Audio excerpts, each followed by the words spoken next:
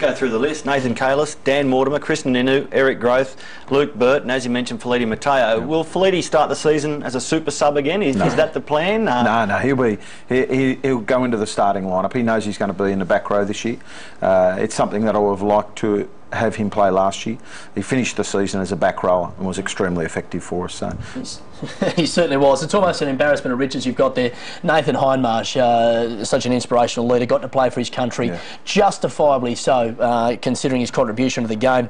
They're also asking him to make an even more significant contribution, and that's sort of become the face of the West in terms of rugby league and the battle against the AFL. But you don't just have a battle against the AFL for the land in Western Sydney, do you? No. The Bulldogs are trying to mark out their turf. The Tigers have got their pockets of the Western Sydney and Penrith. How do the Eels stake their ground, say, don't come here, this is our ground? Well, it's an interesting conundrum, but there is a gentleman's agreement literally between the Bulldogs and Parramatta and Penrith and Tigers for many years. You know, I know that we've all got boundaries for our junior teams, but there's not too much movement into each other's areas. You know, obviously when it comes to the NRL, it's a bit of catch and get your own, but as far as, I think we can easily present a united front against any competition, other sports, other codes. But the AFL won't be worried about your little behind-the-scenes gentleman's agreement. They're coming in to try and take over the whole part of the land. It's true, but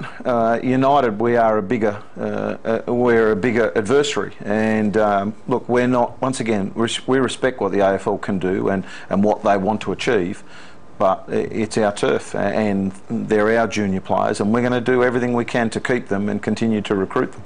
We've spoken about everyone at Parramatta and in the west of Sydney, it seems, apart from Daniel Anderson. 4 years at the Warriors, 4 years in St Helens, now in his second year at the Eels. How are you a different coach heading into 2010 than you were, say, in years gone past? Oh, you know, there's a few greys to start with, but I mean, experience is very important. You know, I understand the complexities of the game and also the tasks that are involved as a head coach. It's not just coaching a team; it's a pretty big bucket of list that you have to do. Clearly just as passionate as always. I love the game, and I don't want mediocrity for Parramatta as a club, as an NRL team, as a under-20s team, as a Harold Matthews under-16s team. I think we should strive to be great, not average.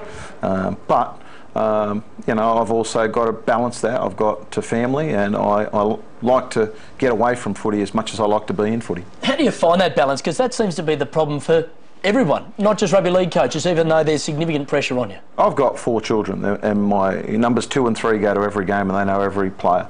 Numbers 1 and 4 couldn't care too much about what I do, and they're happy just to ask to do things around the house. So I've got the balance at home that understand there's other things to life than other than rugby league. I'll dive in when I need to, but I'll jump out where I have to. Wayne Bennett goes to the farm. Nathan Brown used to go to the tab. Where do you go to get away from rugby league? I'm a hermit, so I just go to the back room, that's all, and try and veg out on a lounge or something like that. Right, you might be thinking about the first month of your NRL action in the back room as well. What a first month it is, isn't it? You've got a home game against the Dragons, traditional rivals who you've just had a trial against. Then you take on the Seagulls at home before playing the Tigers, the SFS, and then the Sharks. It's a pretty big start to a competition, isn't it? Oh, it is. Dragons at home, you know, I'd encourage all the Parramatta fans to, you know, I don't know how long it's been since Parramatta sold out.